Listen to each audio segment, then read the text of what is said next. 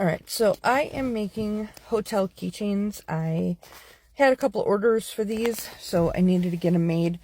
As you can see, the vinyl is so small and tiny for these. It's kind of a pain. I did figure out, though, I cut my vinyl on the washi tape setting, and that seemed to really help so that the words came out fine and I could weed it more easily. I still lose, maybe a dot of an I. But this time I actually got pretty lucky. I think everything came out pretty good. So I am now getting my transfer tape and trying to pick up the vinyl with it. Some days it's like my vinyl does not want to stick to the transfer tape. Other days it's totally fine.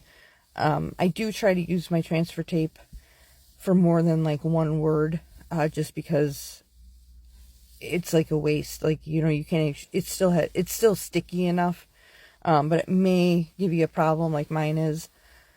So, and I don't cut out all the individual words from the big sheet that I cut them on, because that big sheet is harder to lose than the really small individual words. And if I cut them out, you have no idea how often they fall into the trash can, under the desk, along the side, and I'm then standing up in my craft room trying to figure out where these small minute pieces went, to try to get them on my project. So this actually saves me a little bit more time.